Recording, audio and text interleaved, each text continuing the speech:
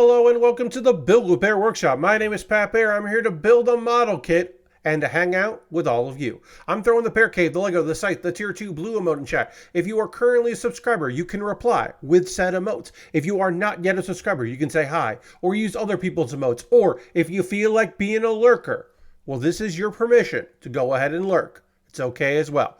Lashbrook is here. Hello, Lashbrook. Happy to have you here on this fine Monday evening.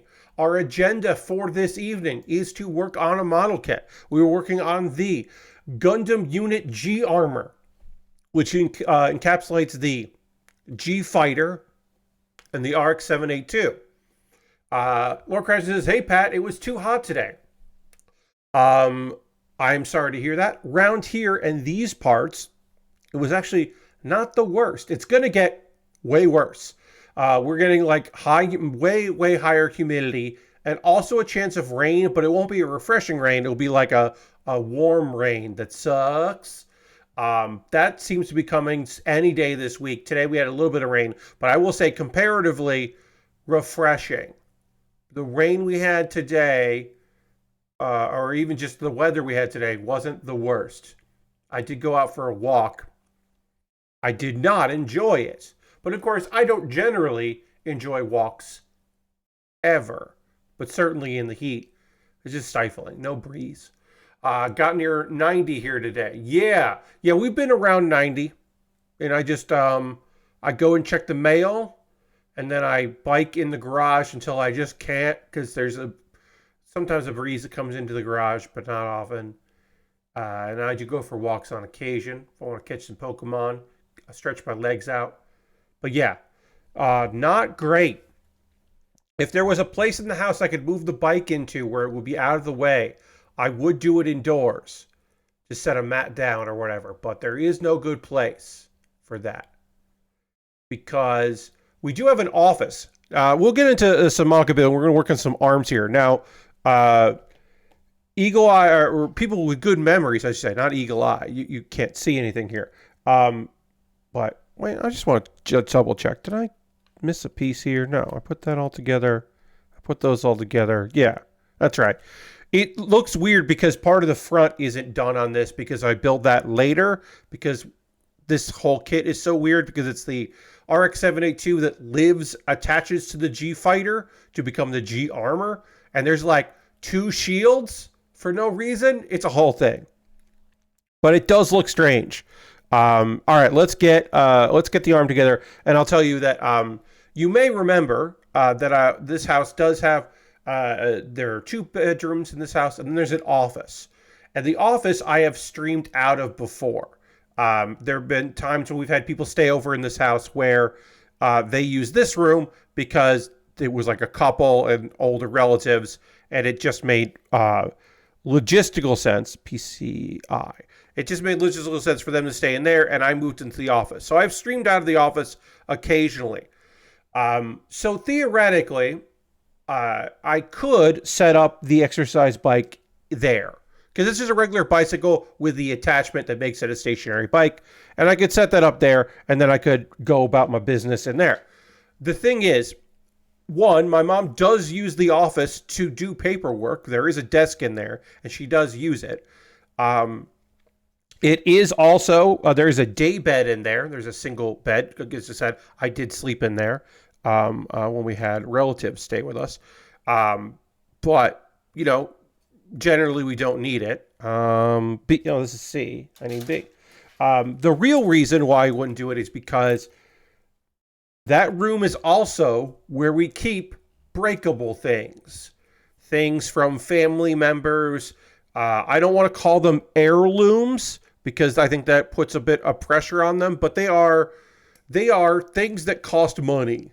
They are statues and sculptures and things, some of which are very not replaceable.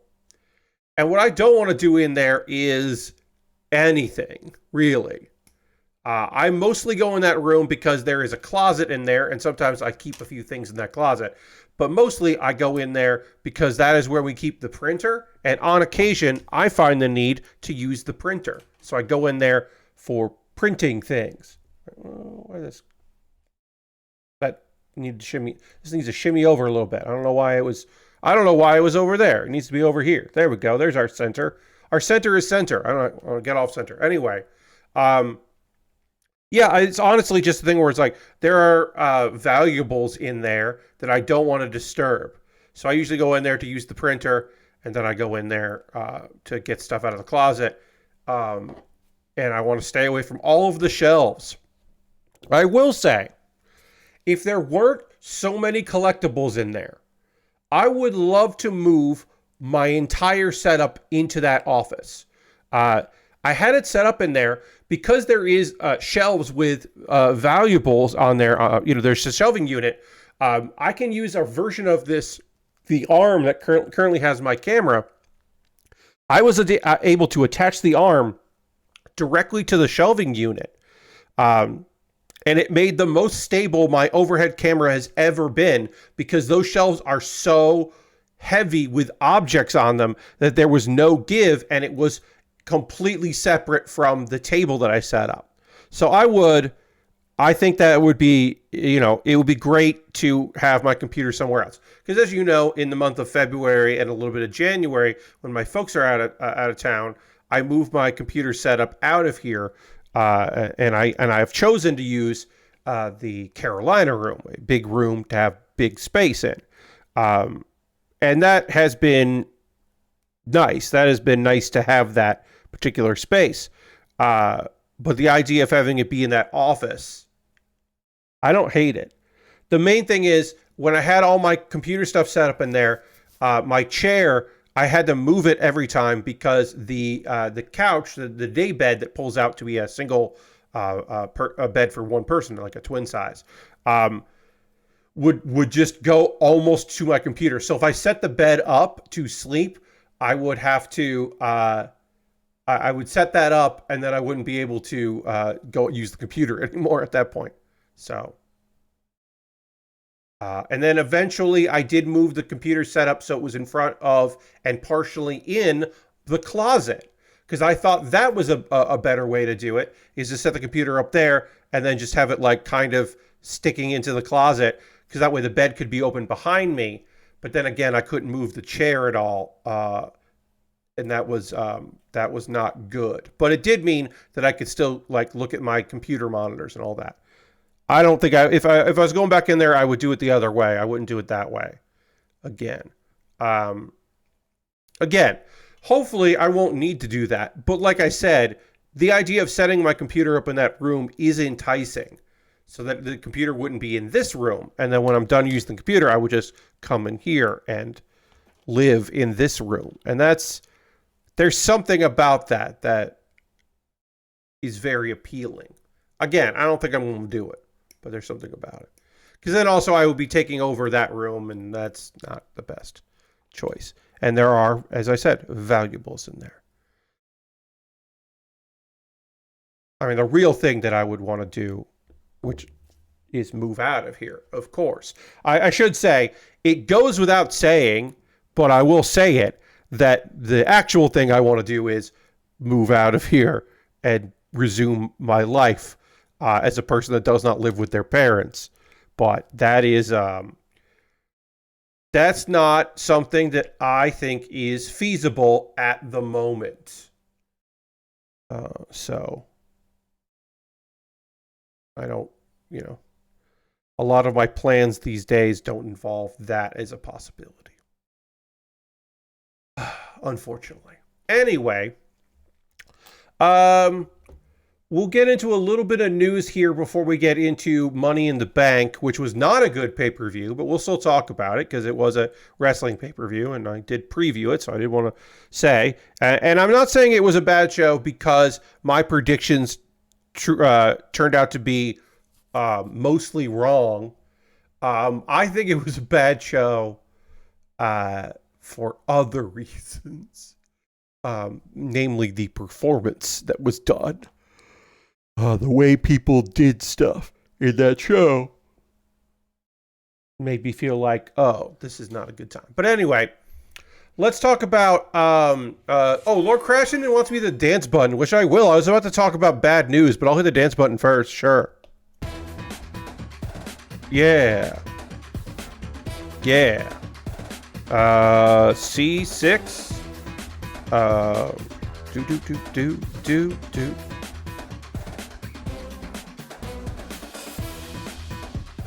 Yeah. Thanks for hitting that button. So a new studio has opened up called Pithead Studio. Pithead.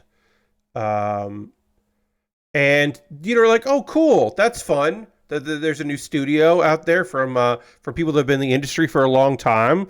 Why is that part of bad news, Pat?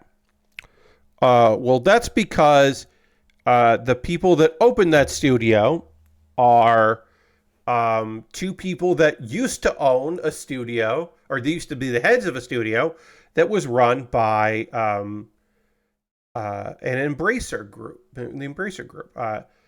Piranha Bytes, two people high up that used to run Piranha Bytes. We do not know if that company has been shut down. If the studio has been shut down, there are rumors that Piranha Bytes, the makers of Gothic, the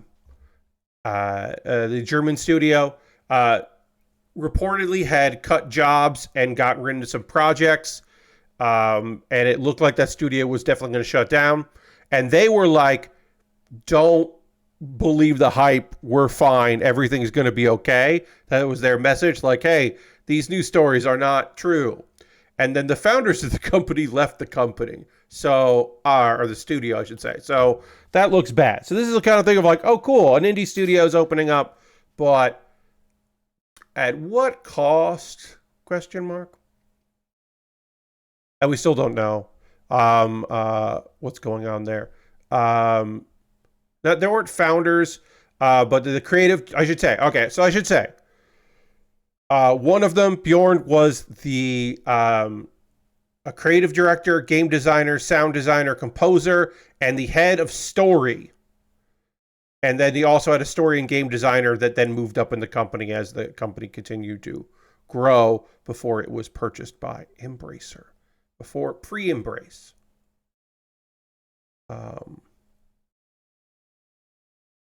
And they have not said nobody has said what exactly has happened with that company or the studio.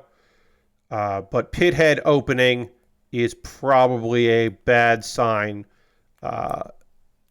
for people that were hoping against hope that Piranha Bytes was gonna pull through this.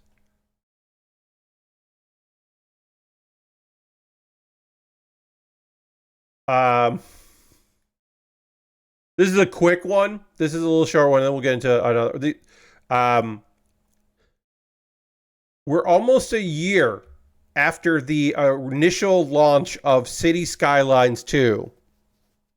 So we're coming up on the 1-year anniversary.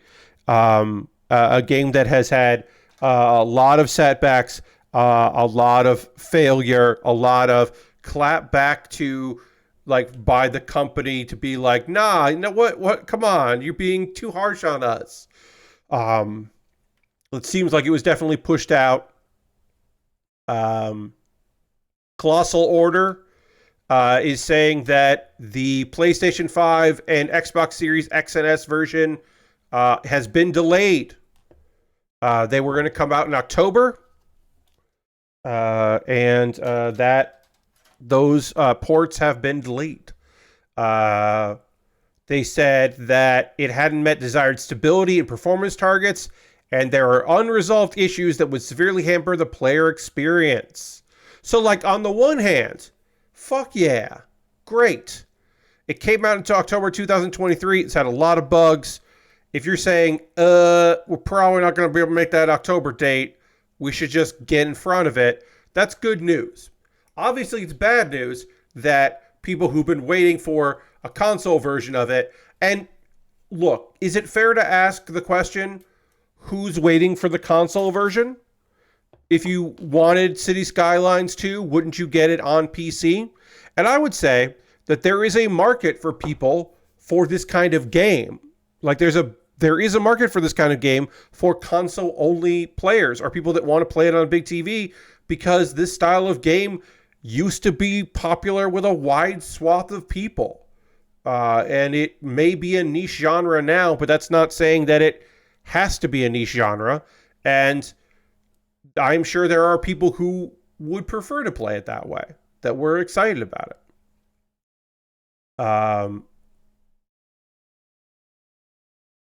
It looks like they were looking to lock things down by August, but it looks like that's not going to happen. They have to get that PC version in better shape before getting it on more platforms. Well, Lord Crashington, no, they don't have to. They should. They should get it in better shape, Lord Crashington. But they don't have to get it in better shape because they already sold you the copy of the game. They already did the work. Like, would it be ruinous for them to continue to have a subpar product on PC, which is going to be their main main outlet and main place that people want to play their game, like the lead? Sure, yeah, of course, 100%. Is that going to stop them from continuing to work on ports for the PS5 and Xbox?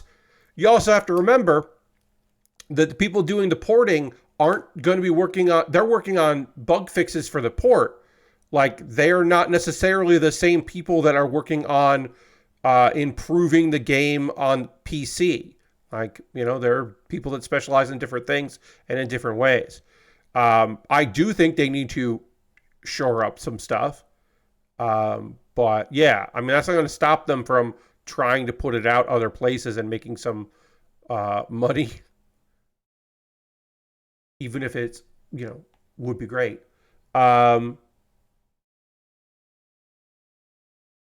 Yeah, between them and Paradox, it's just like really, really seems bad. Speaking of bad, Kotaku Australia has closed. I'm going to do a little bit of explanation here for a thing that some people don't know, and I wasn't always aware of, so I do want to kind of make this as best I can.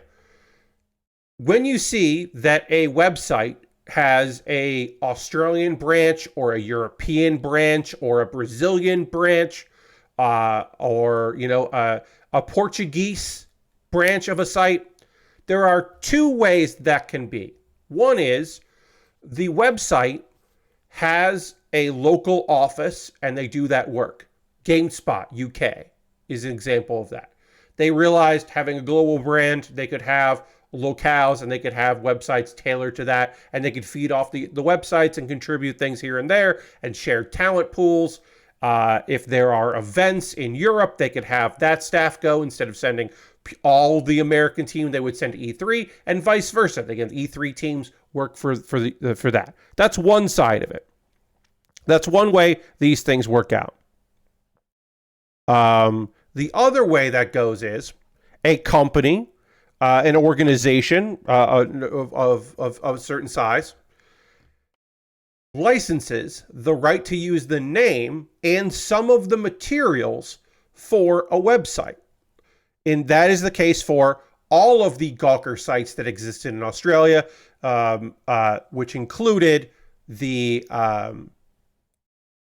Kotaku Australia. So they would have the name Kotaku, and they would negotiate a licensing fee for some content and then provide their own content. And then in return, Kotaku could license some of the content that was created for there. Now, they wouldn't necessarily do the independent scene, but if there was a big story that involved an Australian developer, they could license that story to run on there. Or if there was a game that, what if their review, they weren't going to be able to get a review out in time for a thing, but a local Australian reviewer had worked on it, and they were like, actually, let's license out of that, and then we'll have one of our copy editors make it, because part of the job would be localizing that, because there are differences. It's both English, of course, but there's a difference between American English and Australian English. So you would have it, so it would read for that.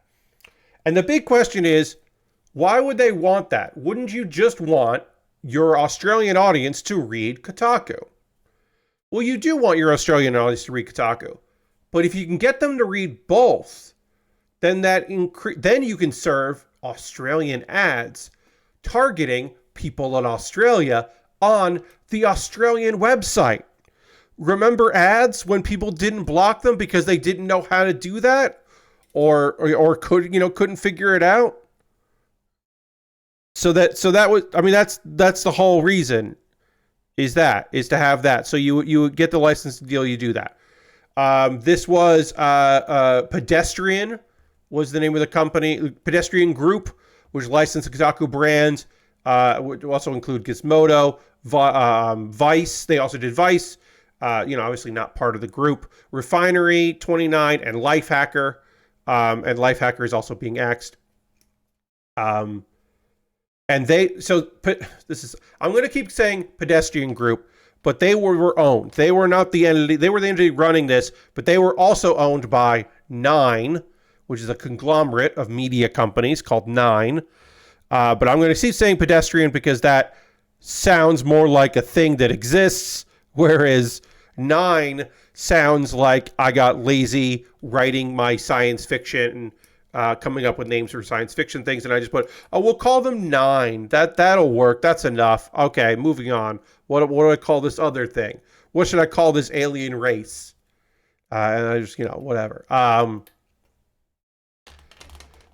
Basically, the gist is they are losing money in a variety of ways, and they decided a best way to do that would be to stop licensing a thing and instead focus on the things they own that are already their own brands, which makes a lot of sense in the days where you are hoping for eyeballs because you are not getting all of that money off of clicks, and you are hoping to get ad revenue shares on YouTube and TikTok and Instagram and all that, and you are not really focusing as much on a website. Makes sense. It's a bummer, but it makes sense. So a ton of people got laid off. And there was a statement by the former CEO of the company, because part of this is also replacing this guy as CEO.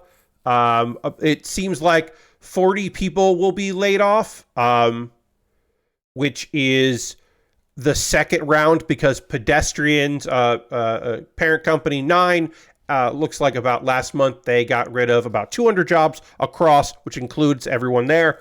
And one of the things that sucks is they just shut it down. They laid everybody else and shut it down and turned everything off. So there was no goodbye message. There was no goodbye message that could be included on, there was no like goodbye blog or post where editors could say something if they wanted to and thank the community, because by all accounts, they had a nice little community. There were several people at Kotaku, the American Kotaku, that would say that they had a better community, like their chat and comments section was better than regular Kotaku's, which is not something that feels too difficult to believe.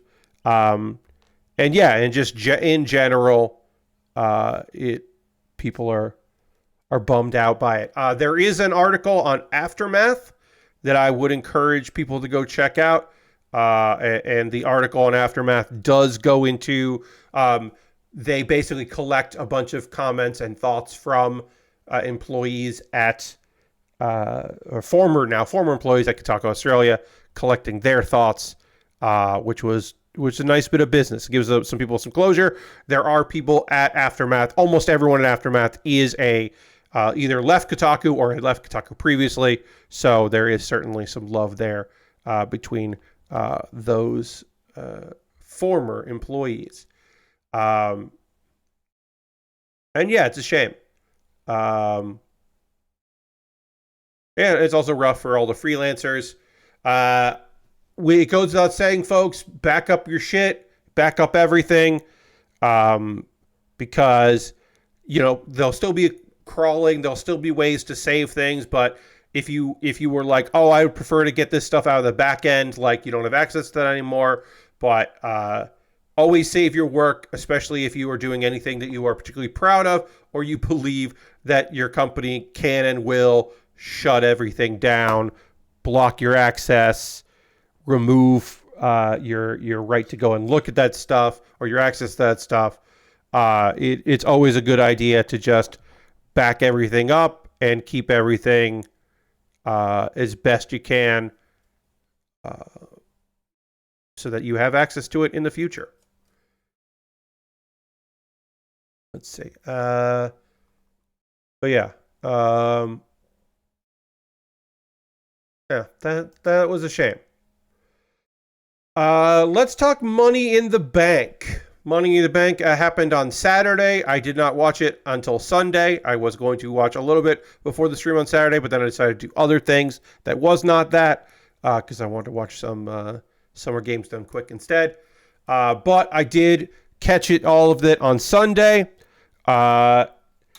Generally, the B pay-per-views, these like pay-per-views that happen outside of the United States that like only have like 5 matches, they've been lately pretty fucking good. This breaks that because this was not a good show. 5 matches on the card, 2 titles on the line, and of course the Money in the Bank briefcase ladder matches were the big showings from there.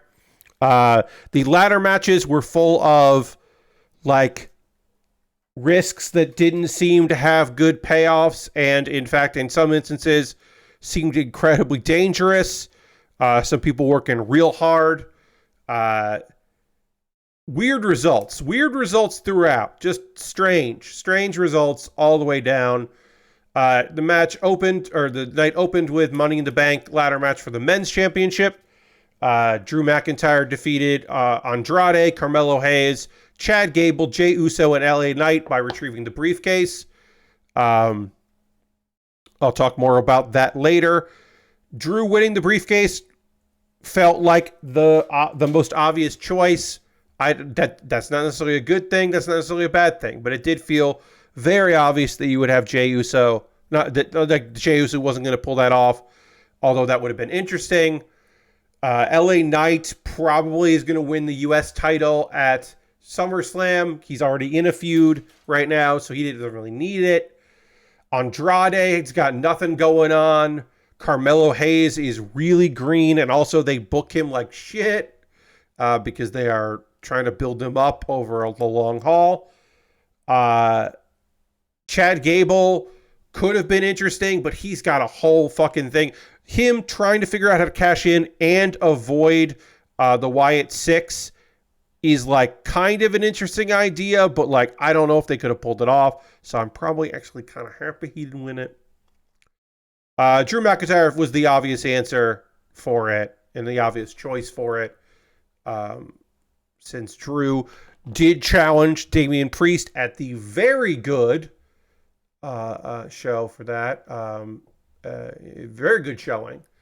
And of course was unsuccessful in that due to the interference of one CM Punk. More on that later. Then we had the Intercontinental Championship. Sami Zayn retained his title against Braun Breaker.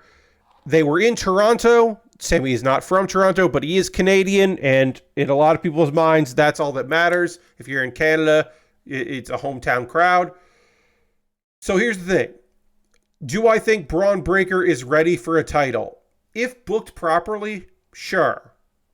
A thing that I hadn't really considered was that Sami doesn't really need the belt, but what else are you doing with Sami? Braun isn't really ready, so why is he even in this match? And I think the reason he was in this match was people will forget about it. It can be a low priority thing. It doesn't have to mean a lot. You know, he should have some title opportunities, and he might not need to win those. It doesn't really, also, maybe he's not going to be done. Maybe he and Sami aren't done, and they're going to be feuding until SummerSlam, and he wins again. He wins some kind of like gauntlet or battle royal to just the number one contender or tournament or something, and suddenly he's right in there again.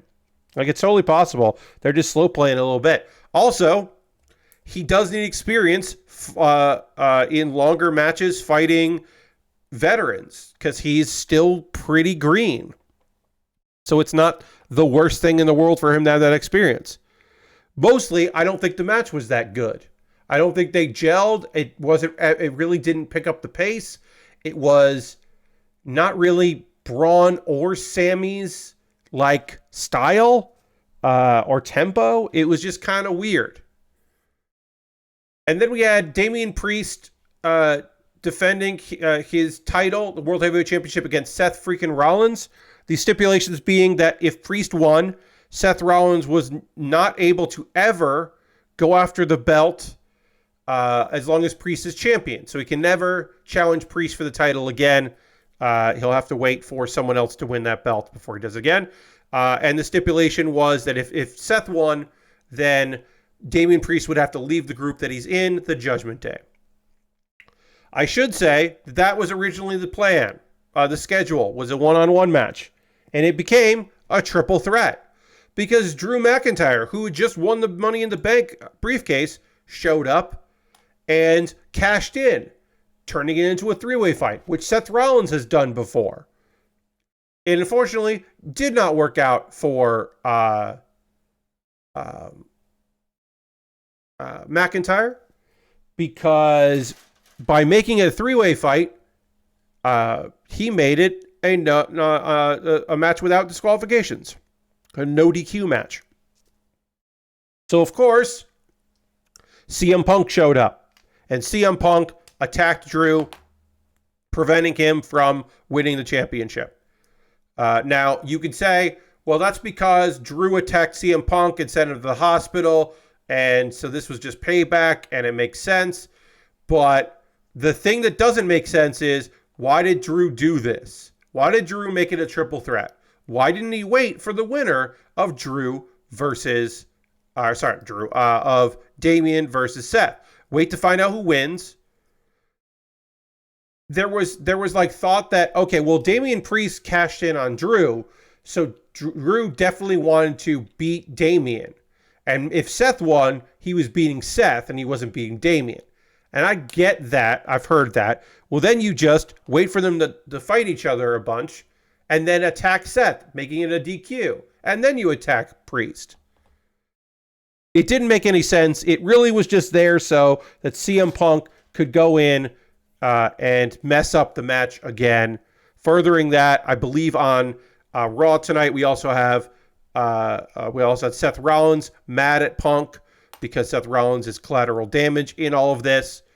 Drew McIntyre was suspended because he elbowed the Raw general manager, Adam Pearce, in the face because he was rightfully pissed off about CM Punk costing him a title. But yeah, it didn't make sense. It still doesn't make any sense. I know why they did it. And one can only hope we do have that match for the two of them at SummerSlam, that Punk is healed enough to do it, because I don't know how long we can keep doing this. But yeah, Drew McIntyre went from the smartest man, the smartest heel in wrestling, to a very dumb heel in the span of an evening. I don't know. Also,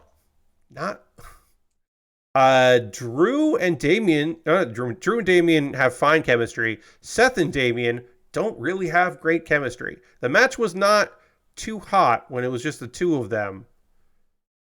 So it was rough. And then the best match of the night, which is not saying much, unfortunately. We did have, again, I guess the best match of the night. Tiffany Stratton defeated Chelsea Green, Io Sky, Lyra Valkyria, Naomi, and Zoe Stark by retrieving the briefcase, making her the women's Ms. Money in the Bank. And she has a contract for the World's Championship match at any time. She can challenge for that. I don't think Tiffany is ready to win that belt. I think she will be good holding that briefcase for up to a year. I think she'll be good with that briefcase. I think she'll do some good shenanigans. Also, her partnership with Nia Jax. It means that she will have a associate, may possibly you could say a heater, but most likely just an associate. And that does add a dimension because like she doesn't want to cash in on Nia, but could she cash in if Bayley beats Nia, or when Bayley beats Nia at SummerSlam? Could she cash in then? And that adds some drama. I honestly am bummed about this outcome. I did not predict this outcome. Literally, I predicted that Damian Priest was going to win. Not that it was going to be a triple threat. The briefcase does expire by the next Money in the Bank. Yes, Lord Crashington. The day of or the day before Money in the Bank, I think. I don't think anyone's waited that long. Probably like the last show before it. But yes, your Money in the Bank is just good for a year. So till the next one. Okay, so we have done some of the RX-78-2. And now we're going from this tank thing and part of a kit. We are now going to build more of the kit, but we're building the weapon. We're building the weapon, and we're building 2 shields. Because that's the assembly process. Because it's all going to come together. So we'll build that. So yeah, I didn't predict Drew winning. I certainly did. I thought it was bronze time. Even if it were in Canada. I did predict Damian Priest.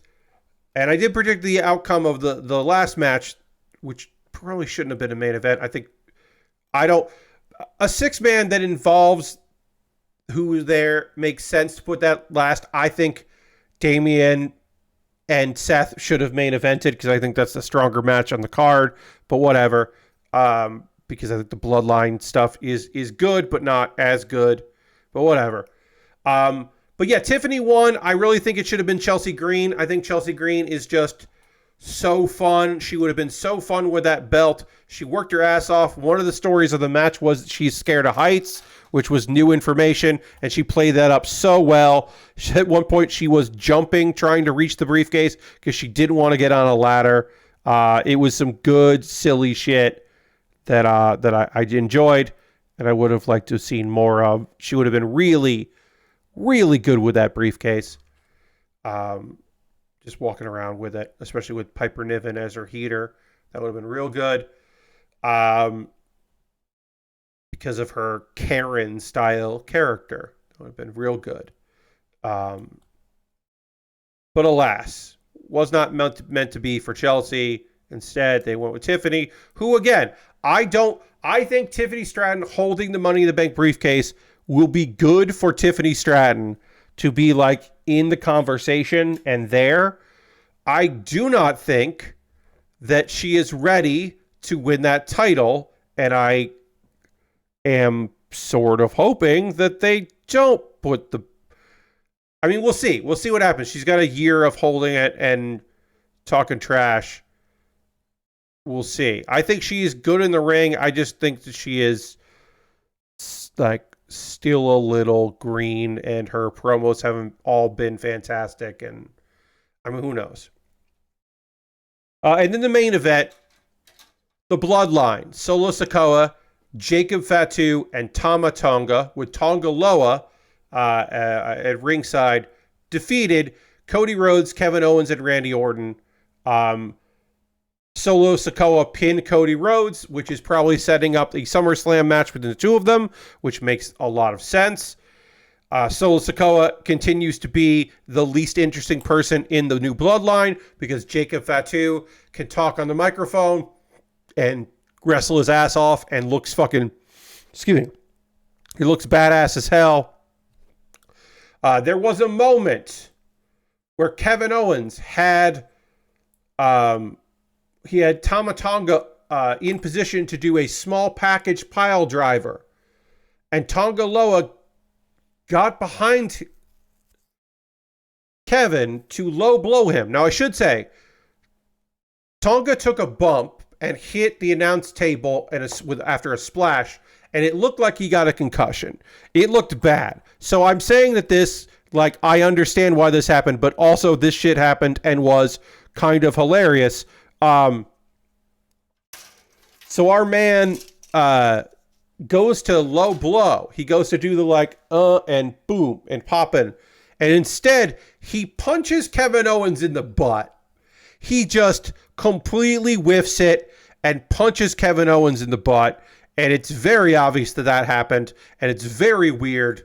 And then he goes to do it again. And as he's low blowing, the main camera doesn't catch it, but another angle shows he punched his own brother in the head because of the way the package pile driver works.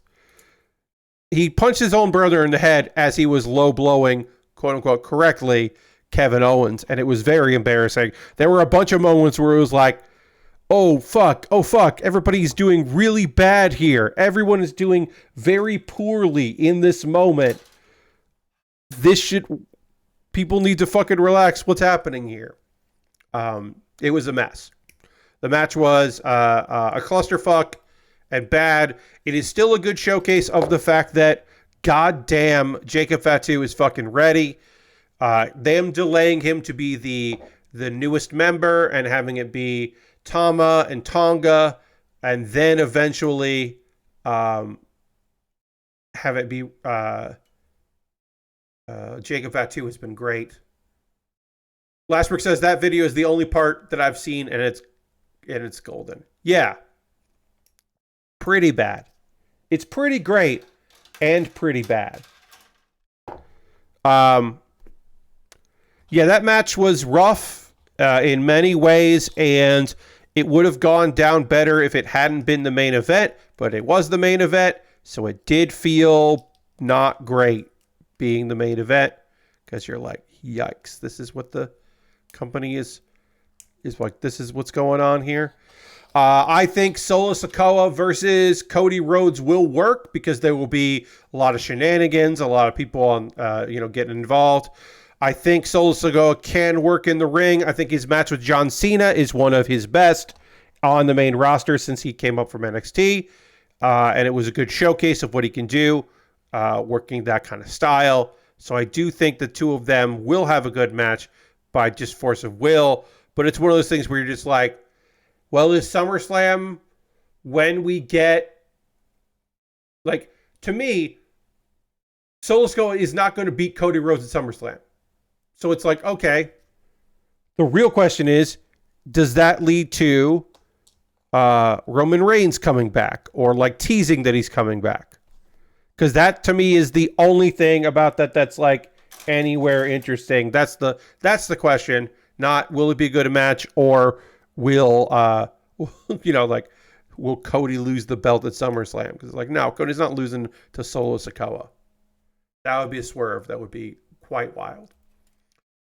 I did not watch all of NXT Heatwave because there's only so many hours in the day to watch wrestling, and I had other wrestling to watch last night, so I did not watch Heatwave, but I can tell you that the main event had a fucking thing. It had shenanigans that I think are great, and I do want to highlight it. I have to look up all the participants at NXT Heatwave 24, Wikipedia, because I want to know all of the names of the main event. Okay, so here we go. Heatwave 2024 results. Great. So in our main event, Trick Williams, who is a champion. He was in a 4-way fight with obviously himself, Javon Evans, who is very young and kind of green, but has a lot of heart and is athletically gifted. He's putting it all together. He's doing a great job. Shawn Spears, who you may know as the chairman of AEW because he was in a couple factions in AEW and did have a spear. You also may remember him from years and years ago as Ty Dillinger. So he is back in the WWE and NXT. He was Ty Dillinger in NXT and on the main roster, briefly in the main roster, mostly in NXT. He did come back as Shawn Spears, not as Ty Dillinger, which is fun. Him being back there is fun. And then also, the fourth person in the match was Ethan Page. You may know Ethan Page as Ethan Page from AEW. He was in AEW. He did part ways with the company. His contract was not renewed. We don't know if he was pressing to get it renewed or not. But he is in NXT as Ethan Page. He was also in TNA years ago. But anyway, he's there, and they had a 4-way fight, and Ethan Page won, which is pretty cool. How Ethan Page won is actually fucking rad, and it's bullshit, but it's like not like, oh, cheating bullshit or like a weird circumstance. It's just like a thing happened that you would expect to happen. Sean Spears is on the outside. He has just been knocked down. He is coming to. He's getting up. In the ring, Trick Williams kicks Javon Evans in the head. Javon Evans goes down. Ethan Page looks to capitalize on Javon Evans. He gets kicked in the head by Trick Williams. Ethan Page falls on his back onto Javon Evans, who is also on his back. Trick Williams goes to pull Ethan Page off or pin both of them or do something, but Sean Spears, who is woken up, he cannot see what's going on in the ring. He just sees Trick Williams at the edge of the ring and pulls Trick Williams underneath the bottom rope to the outside, and Trick Williams watches as a knocked out, in kayfabe, not in reality, knocked out Ethan Page 1, 2, 3, becomes NXT champion, passed out on another guy. A passed out wrestler pinned a passed out wrestler, and the guy that caused it watched it happen and couldn't break away to break it up. And Sean Spears, because of the positioning, couldn't see that it was happening because he wouldn't want Ethan Page to win. And it was fucking awesome. Ethan Page then kind of comes to, and he's just like, wait, what? I won? And he's fucking psyched about it. He's a heel, and it's very fun and heelish for him to win that way, and it rules. And then at the very end of the show, no music, just a flash of Joe Hendry's face, as if they're calling for Joe Hendry, as if two guys that used to feud together years ago are going to have a feud here in NXT. They are probably going to say his name so that he appears. And that'll be great. And I don't think Joe Hendry's going to beat Ethan Page, but I think Joe Hendry and Ethan Page are going to have a fucking banger. Although, if Joe Hendry became the NXT champion while under contract with TNA, that would be weird as hell. In a very cool... I would be fucking psyched about that shit, because it would be very weird. Anyway, that was the best part of Heatwave. Obafemi is still, like... Wesley is great, but Obafemi retained the North American Championship. Obafemi continues to be fucking a really good wrestler. There was a tag team match that was not particularly great. Kalani Jordan and Saul Ruka had a pretty fucking fantastic match. They are both very athletic. Roxanne Perez and Lola Vice had an okay match. Nathan Fraser and Axiom defeated Chase U University, Chase U, Andre Chase and Duke Hudson, and retain their tag team championships.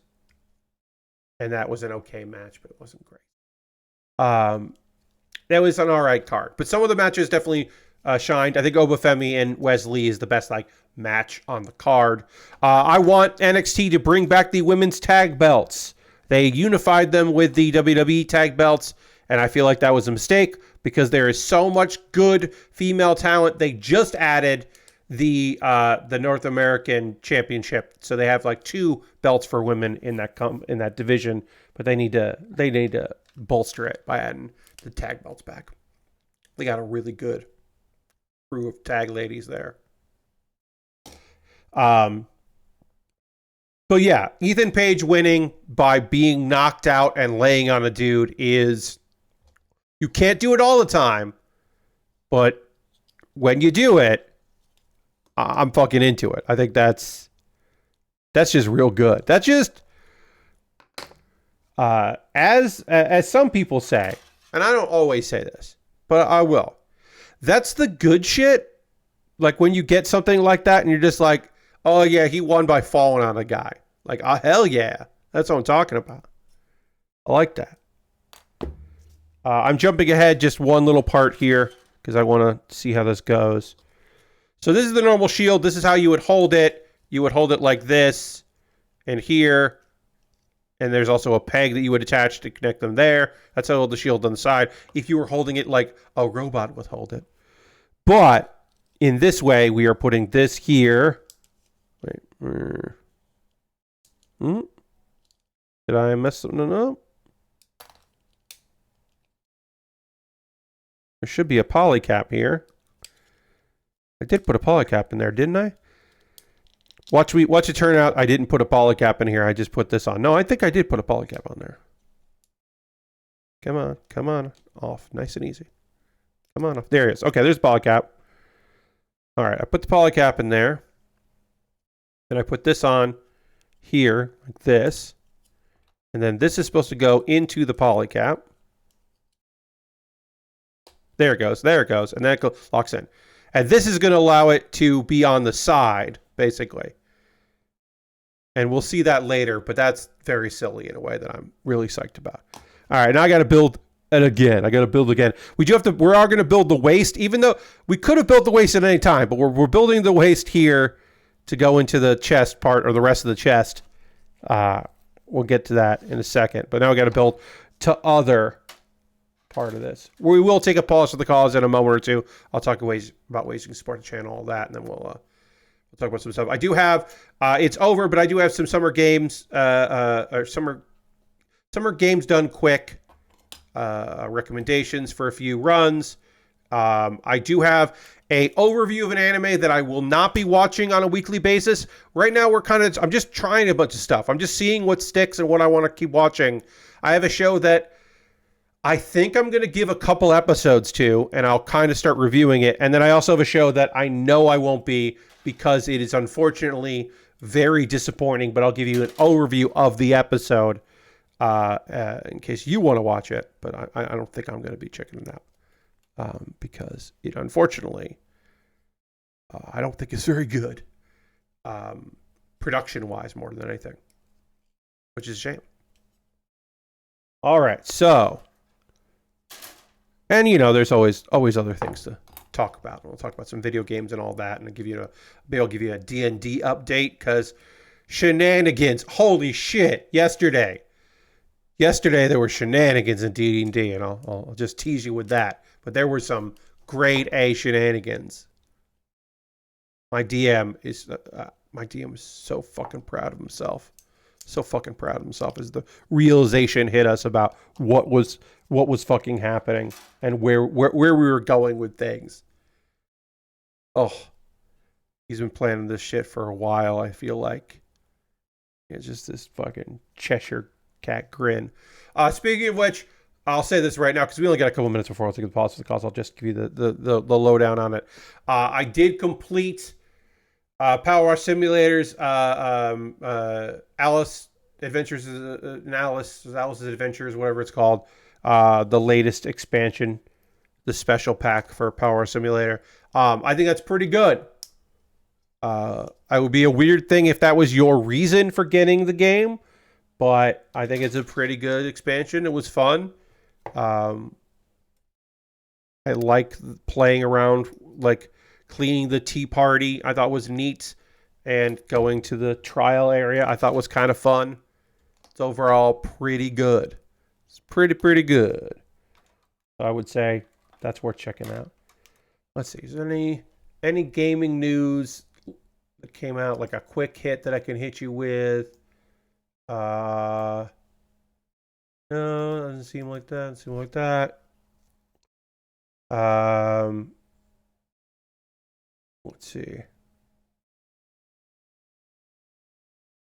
I do not play Overwatch 2, but they are getting a Transformers crossover, which is going to give you Optimus Prime Heart, and Mega Ramatra. So that's kind of fun. Bastion is kind of like Bumblebee, sort of. I don't know. It's fine. It looks okay.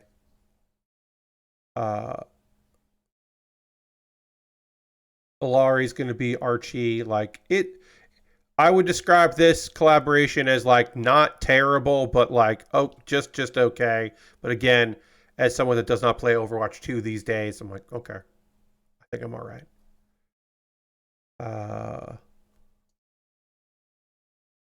But yeah, that joins One Punch Man, Cowboy Bebop, uh, Le Seraphim, which is a K-pop group, Porsche, and Lego. Of course, the Lego was more early, and that was more about the physical Lego of it more than anything else.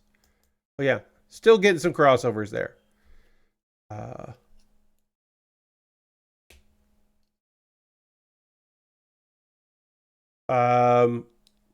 Yeah, I think that's probably it from that. And they continue to have weird crossovers. Yes, their crossovers are both weird and not that in depth, and sometimes don't look great because they are doing they're not like character skins, they're like cosplay skins. So it's just like, oh, you can tell that's the character. It's like that character got a okay costume for Halloween. Like they're like Party City style, because the thing they're going for is not, oh, you are Spike Spiegel. It's like, no, you are an Overwatch character wearing a Spike Spiegel costume. And it does feel a little cheap, but it's a stylistic choice that I don't hate. And I think it's kind of a smart approach. It's just, I don't think it works. I just don't think that it ends up being something that people are psyched about. I don't know. It's certainly not. But again, I'm not an Overwatch 2 player. Tried to get into it a little bit because I had certainly played Overwatch when my crew wanted to be big into Overwatch. And so when 2 came out, we were like, is this going to be our game? And it turned out the answer was no. That was not going to be our game. It's like an in-universe crossover rather than what you see in most other games. Yeah. Yeah, it's just not. It's just like a costume pack more than anything. And I'm not super into it. What I am into is finishing panel lining this, and then I'm going to clean it up, and then we'll take our pause to the calls. I'll talk about ways you can support the channel and get into all that. Then we'll talk about some anime. I'll talk about what I did this weekend and some gaming stuff. Give some recommendations for Summer Games Done Quick, which you can find the archives that I'll recommend on YouTube, on their YouTube channel. I'll talk to you about what y'all are up to. And then, 50 minutes from now, we'll go raid Mary Kish, because Mary is streaming. Mary is back to streaming on Mondays. We're back to Mary Mondays. So, and I believe she's playing that Dungeon Crawler game, or the demo of it, at least. So I think we'll go check in with her. She might have moved on to something else. I don't know. I'm not her keeper.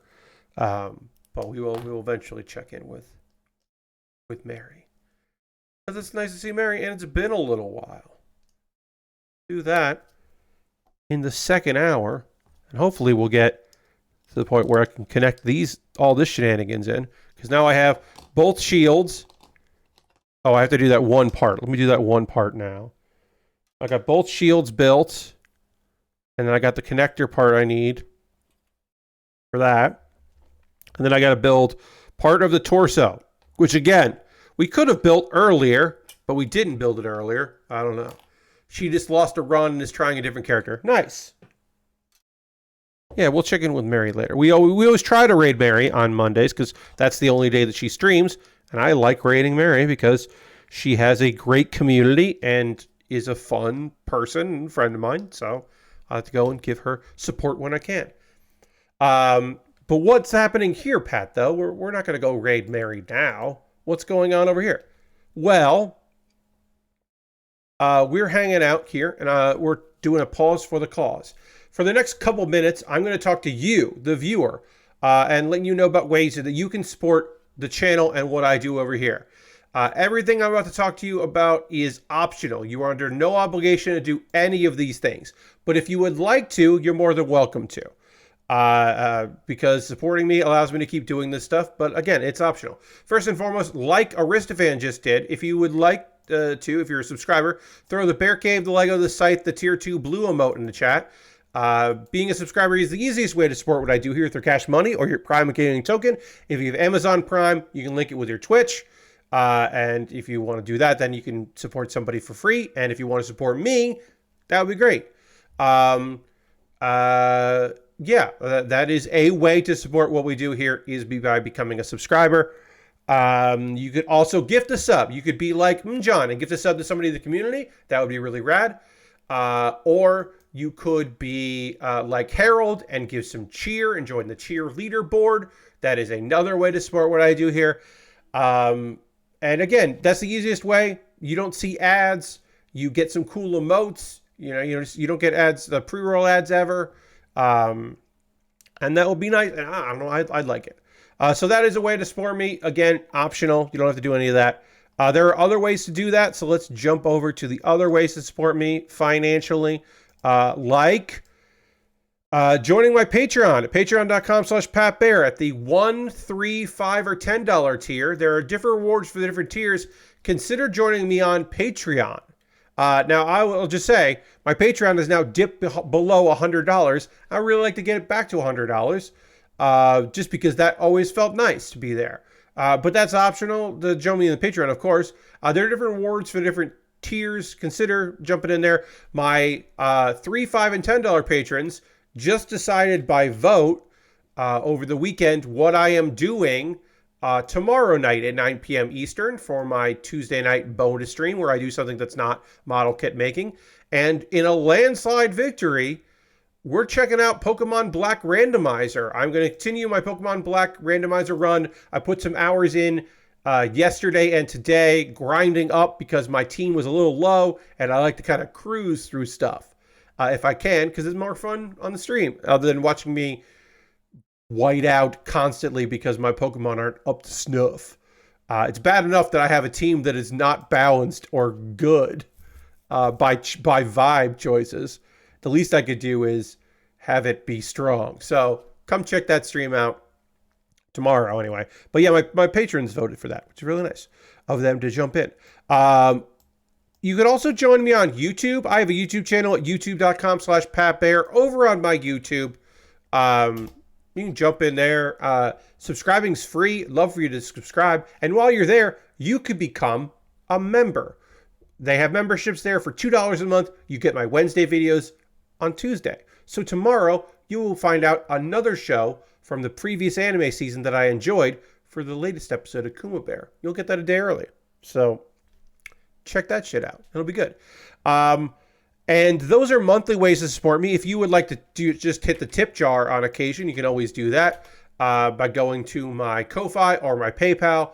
Everything I make through direct donations, like there, through YouTube, which includes AdSense, so watching my videos helps me out, through Patreon and through Twitch, all goes into a fund. And from that fund, I pull out money to buy stuff because I have a backlog. So past you can help out future me. I really quick just want to check because it is a different month, so I just wanted to see the AdSense, how my AdSense is doing. Good. We're on our way. Payouts under $100. I had a payout in March or April, I want to say. So you know, it'll be a while before I get another payoff, or payout, I should say, but looking pretty good. Yeah, my last one was in March, and it's going to be a while before I get there again for another payout, which I will then spend on model kits. Anyway, here's the thing. I've got a backlog of stuff I love to build. This kit right now is not from my backlog. I'm building it before I build the other stuff that I have ready to go because my friend John bought this off my Amazon wish list. And because it was bought off my wish list, it jumped the queue. I had some cute Lego sets that I built as well that came from my wish list, which was very kind of people. If you would like to see me build something on stream and have it jump the queue and become the next thing that I build, you could go to my Amazon wish list to see what's up. I've got model kits and Lego sets. I have inexpensive kits. I have expensive kits. I will say this. The hot dog food truck is on that list. That has dropped in price. That is $16 right now instead of like $20. That's a good price. If you want to see me build a Lego food truck in the shape of a hot dog in a bun, you can buy that. And I'll build it on stream. That would be silly. But yeah, I got Lego sets, model kits. I constantly try to put new stuff on there. I also buy things off the list anyway, because sometimes I'll see a really good deal and I have the money for it, so I pick it up. But yeah, there's a bunch of stuff there. See if there's something there you'd like to see me build and pick it up. There's also some gear at the bottom, because sometimes people want to help out, but they're not sure what to buy, and I give them the option of some gear items, because that might be something they want to do. But yeah, see if there's something there you'd like to see me build. Have it jump the queue so I don't get to build the stuff in my backlog. Let's see what else I got here. I have an alternative to my Amazon wish list, which is a throne wish list. It is nice to have alternatives to Amazon, because some people just don't want to shop there, and I fucking get it. I understand. And then the most convoluted way, the most complicated way, the most steps possible. If you want to support me in a weird way, you go to USA Gundam Store. You buy a gift card at USA Gundam Store. You get a gift card code sent to you in your email. You take that gift card code.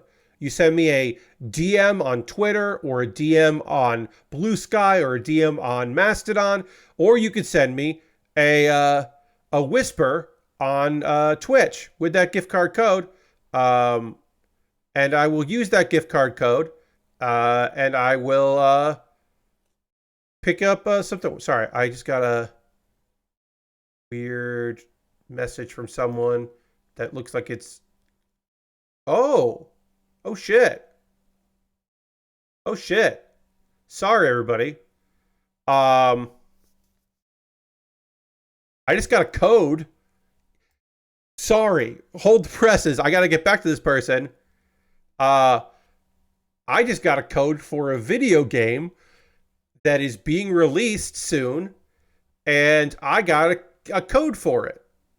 And everyone watching right now will be excited about it.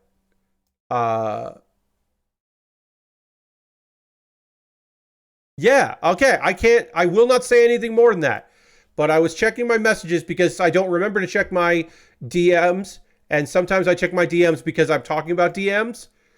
But I know what we're doing next Tuesday. And you're going to fucking like it. You're going to like what I'm doing next Tuesday at 9 p.m. Eastern. You might like tomorrow with Pokemon, but you're definitely going to like what I'm doing the following Tuesday. Sorry, that would just really caught me off guard. I was just like, oh, let me check my message when I talk about that. Anyway, they made a new Quake, says Lashbrook. Anyway, yeah, there's going to be something next Tuesday, and it's going to be good. Oh, yeah, see you next Tuesday. Thank you, Lashbrook. Anyway, Power Wash Simulator 2. Yeah, it's coming out next week. And they finally gave me a code for it. Okay, so USA Gundam Store, very convoluted way to help me. If you want to support me, we're going to get back to building real soon, folks. Just bear with me here. If you want to support me and not spend any money, if you haven't already, I have a Discord, and I would love it if you join my Discord. I post build photos at the end of every stream.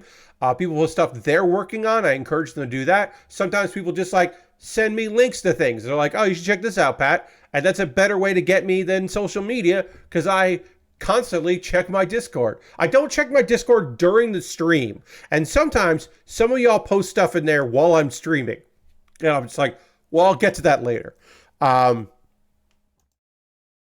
video links for you to check out. Please check out the most recent episode of Pat Baer's Anime Club.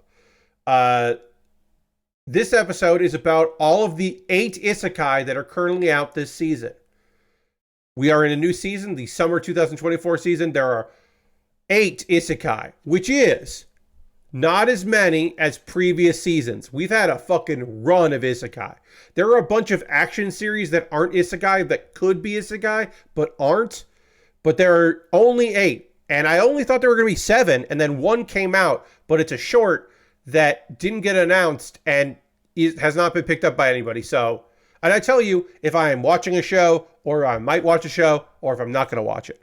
And I currently enjoy a couple isekai that are out this season, and one that I was just continuing to watch. Veldora was able to go into his dragon form, and it was very fun. It was very fun when Veldora got to be a dragon again, and in a labyrinth, and he was very psyched about it.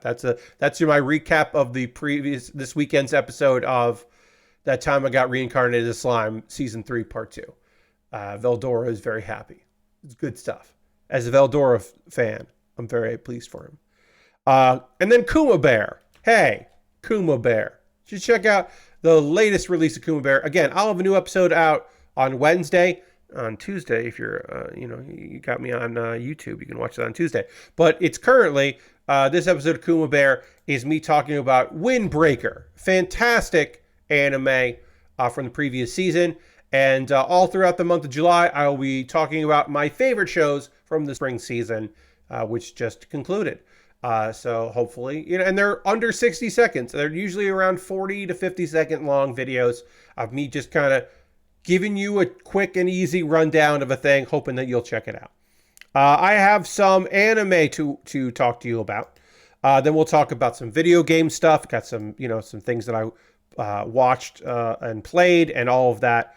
And yeah, I would like to talk to you about those things. Before I can get into the anime, I do need to drink some water, and we need to get back to the overhead camera. So let's quickly and easily dramatically transition to the camera, and then I'll drink some water. We'll do that right now.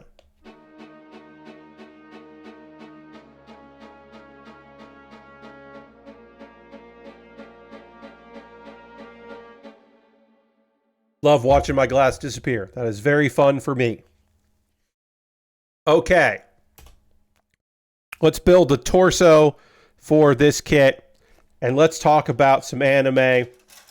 We are going to start with a show that sadly, I'm not going to give you the play-by-play of this episode. I am just going to give you the 17, 18. I'm just going to give you a brief explanation of it and kind of give you the reason why I will not be covering this show on a weekly basis.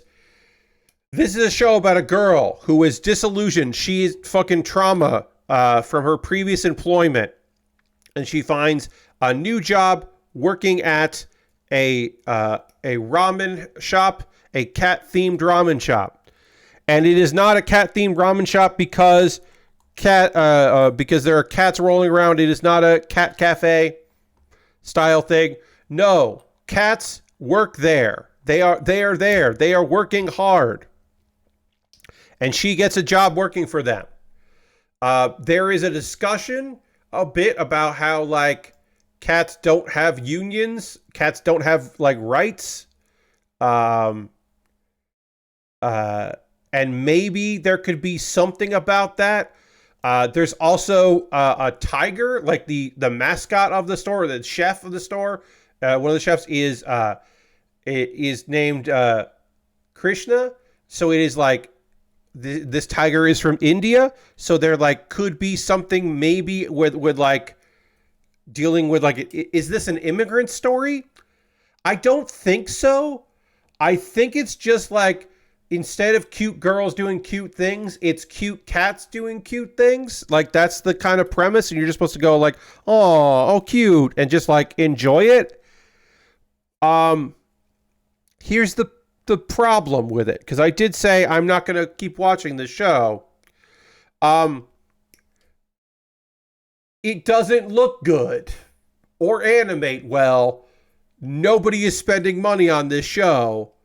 And it's a fucking bummer. So here's the thing, right? The cats look pretty cute. I'm not saying they don't. The ramen looks like fucking shit. Rejizzle, they do talk. They are cats that can work at a place and talk. Buzno has an attitude. But what I'm telling you is, it doesn't matter because I saw a comment on this that I agreed with 100%, that the ramen looks like that it was from a PS2 game. Yeah, Lord Crashington, great fucking question, Lord Crashington. That's the $1 million question, which obviously they don't fucking have. What's the point of making an anime if your ramen looks terrible? Especially an anime about a ramen shop. And look, I'm going to be real with you. The premise of this is not that they work at a shitty ramen place. Because if that was the premise, then you could imagine it looking unappetizing would be one thing. But it's not the premise. The premise is they work at a good place. This is a good place full of good people that are cats and that are like trying to make it work and deal with like occasionally some issues with the fact that there are some people who are like not super psyched about the fact that cats are running a business because again, cats don't have rights. Yes, Lord Crashington, Toei spent time and energy to make the ramen in Naruto look good. Toei. The people that are like, well, we're going to do 52 episodes a year and of occasionally dubious quality, and we're going to cut 1,000 corners, but we'll get it done because you'll watch. They were like, some of these are the wrong piece, I think. They were like, well, it still needs to look good. We still need to have some quality to our ramen. Oh, yeah, this is the right piece. Okay. Pulled the wrong piece out. I got so heated there. But yeah. Rejizzle. Yes, they are not human cat hybrids. They are cats who walk on their hind legs and talk and work at a ramen shop. It doesn't matter because you shouldn't watch the show because it's poorly animated and doesn't look good. It is a fucking bummer. Also, the best part of it is the concept that she was hired, this girl, Tamako was hired to work there, not to be a waitress. She was hired to brush the cats, to groom the cats. They need brushies, especially the tiger. The tiger needs brushies. And that is the most redeeming thing about it is there is an extended scene that is still fucking poorly animated, but not as bad as some of the other scenes in it, where she grooms the tiger with a brush, and that is enjoyable to look at. I can't imagine why you would make this if you did not have any money to make it look good. But yeah, it looks like. Also, somebody described it again in the comments of there was like a thread that I was reading because I was like, maybe I'm just fucking too harsh. Maybe I've gotten old and occasionally I just don't fucking get it. So I'm like, maybe I'm just like not getting it. And there are people out there that are like so psyched about this. But directly under the comment I saw about PS2 graphics, someone commented that the ramen looks like it belongs in X-Arms, which is one of the worst animated shows I've ever seen in my life.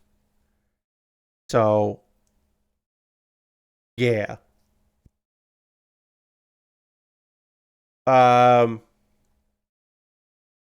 It's a bummer.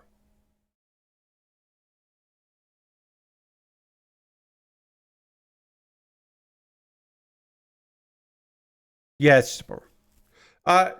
The idea is, Regizzle, that cats like it when humans use a brush to groom them because they're busy working. There's a whole little thing about people trying to extort them and them having to deal with that. But yeah.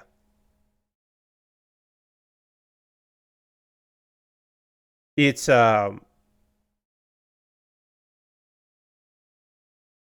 something that I'm not gonna look. I might at the end of this season. At the end of the season, I might just go and watch some of this because of morbid curiosity, but I'm not going to be covering it here, and I'm certainly not going to be watching it that often. Okay, wait, so which one do I want to put on there? I can put either chest on this kit as I hide this inside of this thing. This is so weird. We got to do this combination. I have another anime to talk about, but I want to get... So this has got to go up. And then up so that I can turn it.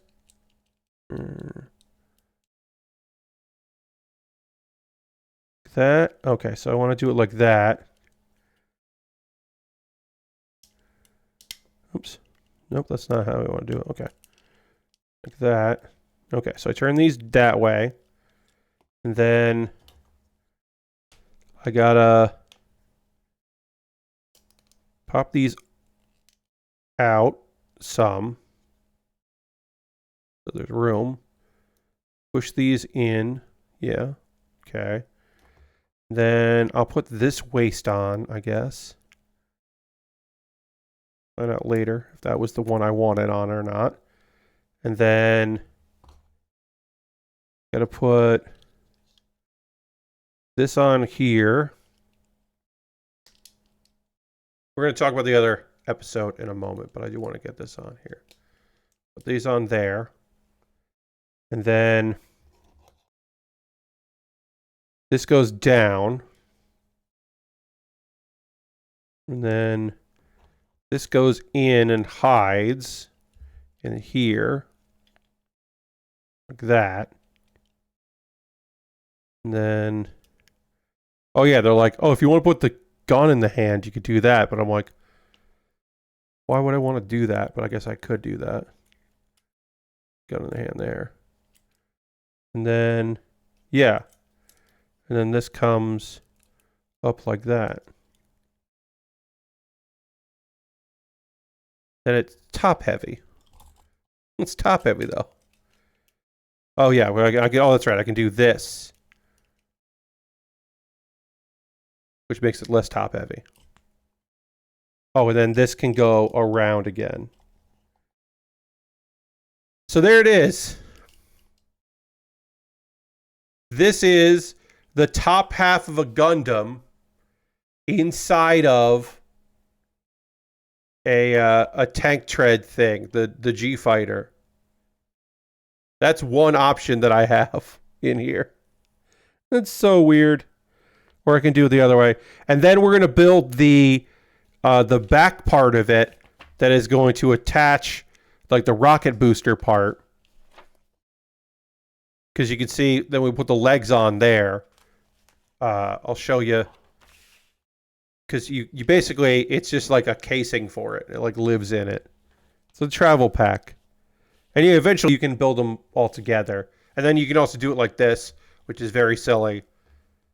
And then you also can sit on it, which is probably what you would expect it to do. Very weird. All the parts of this thing are so weird. But yeah, here's our little friend. Our little mobile suit friend on its weird tank treads. All right, let's build the back part of this. The booster. We'll build the booster and put that all together. This weirdness. It's top heavy with the guns. If I put the guns like this, it'll fall over. But if I put the guns up, it doesn't fall over. It's got a stand that it'll sit on. But right now it's just very strange. Very strange thing. Okay, let's move on and we'll start building this. We got to talk. Okay, so I need to explain to you why I am going to be covering, I haven't actually said this anime's title out now. Shoshimin. Shoshimin.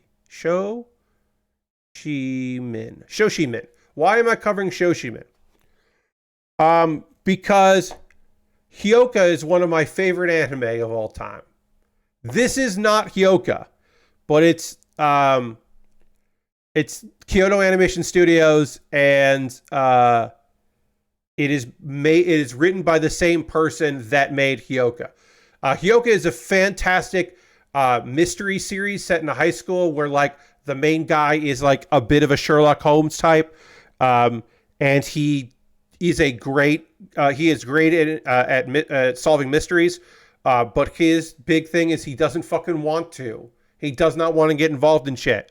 But he ends up getting pulled along by a girl whose her very first thing is like, who is just excited about curiosity, and she has such a zest for life that he ends up getting dragged along, mostly unwanted, but also on occasion, he steps up and wants to do it. And it is this fun, like, these people who are very different from one another, and the mysteries are interesting, even if they are, set in a high school. Hyoka fucking rules. It is a fantastic series. This is made by the same person. Will I continue to watch this? I do not know. But at the very least, I know I'm watching the second episode. And so we'll go through it a little bit here. So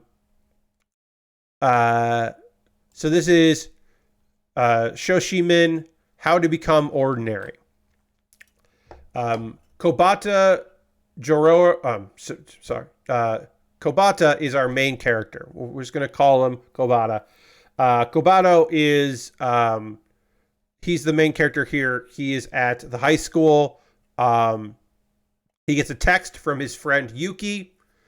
And they meet up because they have both been accepted. Hey, Meep, welcome, to Funato High School. So they both got into the same high school. So they're meeting up. Again, these are childhood friends, and they run into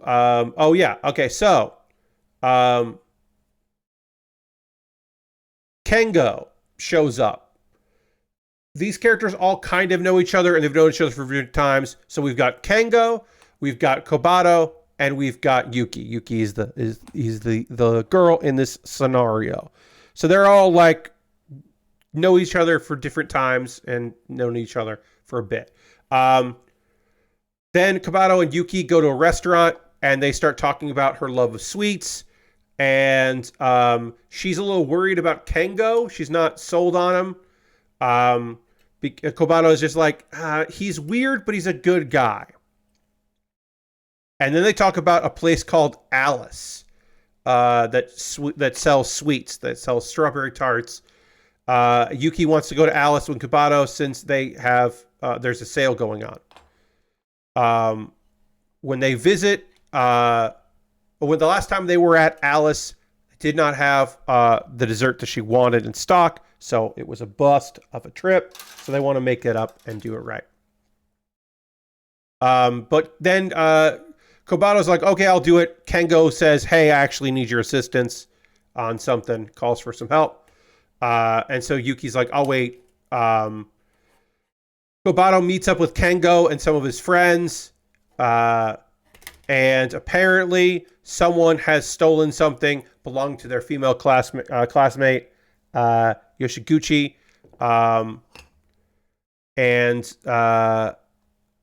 They're basically... Kengo is just getting a posse together to go and search for this, to see if they can find it.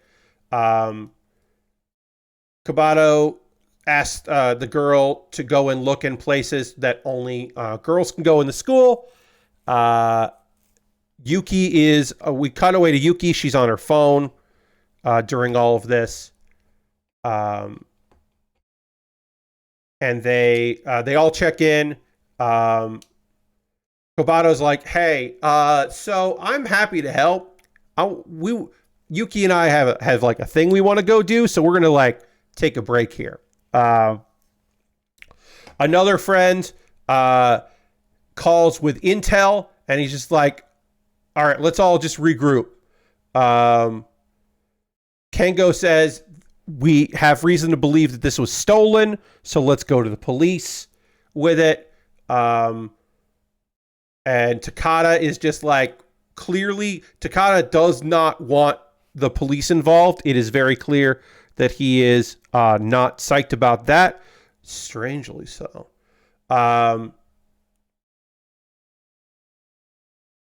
Kengo suggests that, hey, let's just call it quits for the day.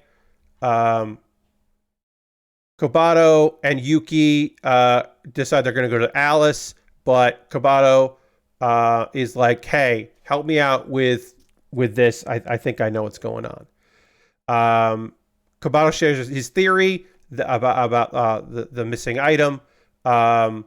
He thinks that Takada stole it, and he comes with a bunch of reasons why, and kind of outlines like, hey, here's my theory. This was this happened because of this, and this, and also these elements lead me to make this conclusion. This is E, so I need E2, and then I'll later need E3, so I might just pull that out. Who needs E3? I need E3, apparently.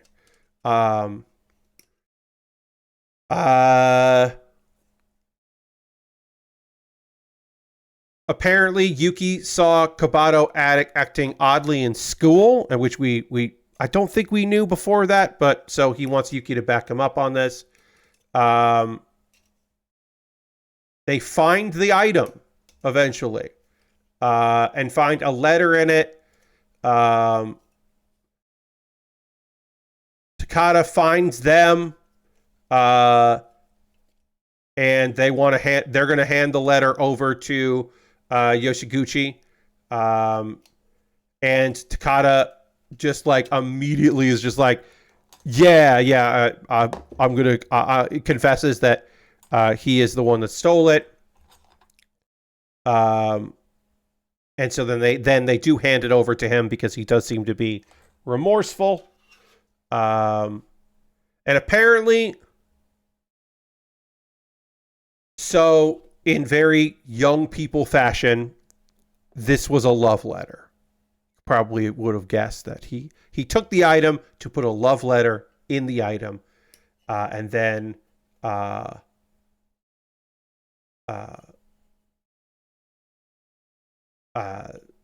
they're kind of sharing their theories about like, what was he going to even do?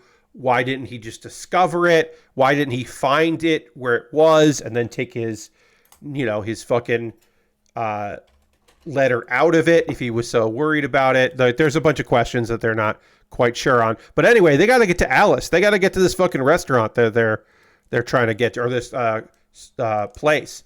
And they start talking about Takada's dating thing, and they're like, basically both of them are just like, well, I don't think I'm going to be dating anyone. And they're like, yeah, we're not going to date, right? Like, yeah, definitely, we're not going to be dating, which is just very fun that they're both like in agreement about it. They get to Alice. They get the strawberry tart. And they're buying some stuff. And they eavesdrop on a conversation between a bunch of guys talking, and one of them is named Sakagami, steals a bike, and Yuki and Kabato's strawberry tarts fall as they're chasing, and then Kabato comes back and looks at the tarts, and Yuki is shocked the tarts have fallen, the thing they came here for. So that's the episode. That's the first episode. And not a lot happened. This is kind of like a setup for this. We have not a lot about Yuki. Kabato is clearly like a boy detective style thing, but it doesn't seem like it is like his only characteristic or his overriding characteristic. The art is gorgeous looking, much like Hyoka. Is this another Hyoka? I don't think it is. Am I intrigued enough to stick around to find out like what's good about this show, where it's going? I think the answer is yes. I can't say for sure. I'm going to be covering this weekly, but at the very least, I'm going to watch episode 2, and I will give you my thoughts on episode 2 when we get to it. It did feel like we didn't see the payoff with Takada and Yoshiguchi. We didn't see that, and maybe we should have seen that. Maybe we will see that later. Maybe it would have been better if it hadn't been a mystery that got solved in the first episode. I don't know. But again, this has a little bit of it. Oh, and also, How to Become Ordinary, the title comes from the fact that they want to live ordinary, mundane lives. And for some reason, that includes not dating people. That would be breaking that. I'm not quite sure. I'm sure we'll get more philosophy. So again, this was not the strongest show of the season for me right now, but it was interesting. And I don't know. There's something about it that I do want to know more about. Partially, it could just be me feeling like I want more of the anime that made me feel good feelings in the past. Because again, Hyoka is one of my favorite shows. So maybe I'm just chasing that with the same creator, doing a different show that has some similar vibes. But I don't know. It's kind of grounded. The mystery was kind of interesting. I'm looking forward to more of it. Now is the part of, so this is 28, this is 29. Okay. Now is the part of the stream where I would like to hear from you, friends. What are you watching right now? What are you playing? What are you into? What's got you excited? Or are you looking forward to some stuff? What's going on with y'all? I always like to check in with people and see what they're up to. I'll let you know that so in D&D, my ongoing D&D game with friends, we've been in a dungeon for a while.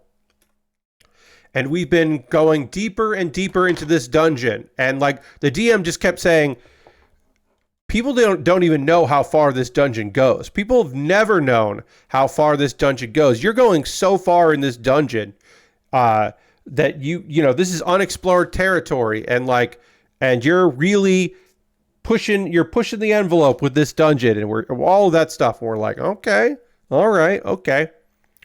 And then a couple characters have started having visions as we have rested in the dungeon. I didn't get it because I did not roll high enough. Also because my character's intelligence is not that high. But a couple people did have some visions, and those visions conveyed a startling and shocking truth. The final boss of the dungeon that we are in is a fucking dragon. Our DM put a dragon in our dungeon. This dungeon has a dragon. It's dragon with a dungeon. Not dragons, as far as I know, just dragon. But I've never fought a dragon in Dungeons & Dragons because I've never played a game where our characters were ever conceivably in a position to fight a dragon. Do I think that we are ready to fight a dragon? No, I do not. I do not think we are prepared for dragon fighting. Am I excited to completely beef it fighting a dragon? You bet your ass I am. I am very excited about having our party possibly wipe completely fighting a fucking dragon. Again, we don't even know where it is. We have just confirmed through shared sense, basically, and visions of what's to come that basically our DM was like, I'm not gonna. He didn't say this, but he was basically like, not gonna spring it on us. So he is giving us some warning to, I don't know, conserve your spell slots, or try not to, to have to take a long rest, to get ready. Because at some point, we are going to enter a big cavern and encounter a dragon. And I don't think anybody in my party has a way to communicate with a dragon to make this fight not happen. So I think we're probably pot committed. Now I can say from a character perspective that my Echo Knight is going to want to fucking fight a dragon, because previous indications have told me that the way I've been playing this character is when my character encounters something he's never seen before, he wants to punch it to find out what happens when he punches it. It is very much within his character to want to test himself against anything and everything. And anything and everything includes, unfortunately, for my character, it probably includes a fucking dragon. So I'm really thinking that my dude is gonna want to fucking fight this dragon for real and will not want to flee. Not that we probably could flee, but like probably not even retreat. I'm going to try to punch that dragon a whole bunch, and that's probably not going to be good. I have like a couple moves that could disorient. Theoretically, I could disorient a dragon enough and then punch it in the face. I think I'm gonna try to punch a dragon in the face. We'll see. Again, we're not there yet.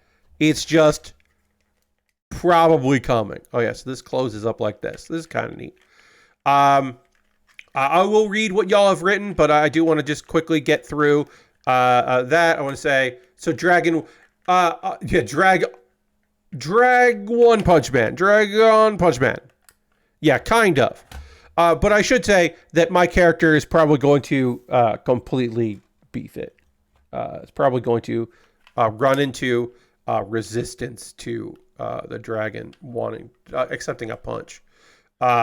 And also, I'm an Echo Knight, so I will have echoes of me that will also be punching this dragon. So it won't be one punch. It'll be like, I think I can probably punch a dragon 4 or 5 times at once, depending on how my rolls go. I can probably punch that dragon 5 times. Well, who knows if that'll do a dent to it. Let's see. I'll be reading what y'all have been writing in just a moment, but I do want to just quickly say that I have a couple things to recommend from Summer Games Done Quick. Super Mario Brothers by GTAce in 5 minutes and 23 seconds. What? You think you're too good to watch a fucking cool little speed run of Super Mario Brothers in under 6 minutes? You're not too good for that. Watch it. Watch all the tricks. Watch like the speed running game to watch. A really quick, very fun speed run of a classic. It's a classic speed run. Another Crab's Treasure by Little Aggie and Spice E in 50 minutes 4 seconds. It's a race. I usually don't recommend race runs where it's 2 people playing, but the couch for this was very good. And also, it's the only way I kind of want to engage with Another Crab's Treasure, which I think is neat, but not something I'm super into myself. But it was fun to watch this speed run of it. This competitive speed run I thought was pretty neat. So that was pretty good. Also, lots of puns. And lots of characters bunny hopping. If you like bunny hopping, it's a good one of those. WannaFest 22 by Wolsk in 54 minutes and 44 seconds. WannaFest 22 is a celebration of Wanna Be the Guy. It was from a speedrunning and gaming thing from 2022.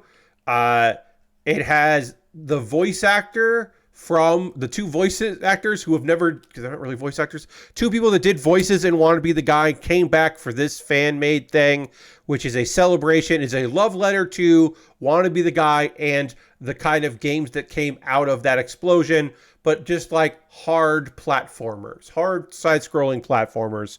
WannaFest 22. It's a lot, and I don't think you even need to watch the whole thing because while there are twists and turns and it's kind of cool, it's also just like a lot. And the last one that I'll recommend is Animal Well in 14 minutes and 44 seconds. Very good couch for this. I imagine in a year the run will be even faster because it's still a very new game. Remember Animal Well and how it felt like a weekend everyone was talking about that game and how it was like their game of the year, and then like everybody stopped talking about it. But I mean, they're beating it under 15. I am interested in seeing where they can go with that beyond that game because it's pretty neat. and that is GDQ. Summer Games Done Quick, SGDQ, I should say. I will, of course, watch a bunch of stuff from Awesome Games. I did not watch every run. I don't watch every run, but I will go back, and I usually like to go back and watch some of the quote-unquote bad games, because there will be some games that the archives haven't gone up yet because they had to edit. There'll be some supercut things or playlists that go up. I usually like to watch like the short bad ones or the long bad ones, the games that are like that it feel like they're a punishment that someone is playing that game. I do like to check those out on occasion because I do find those to be fun. Now I'm going to read what y'all have been writing.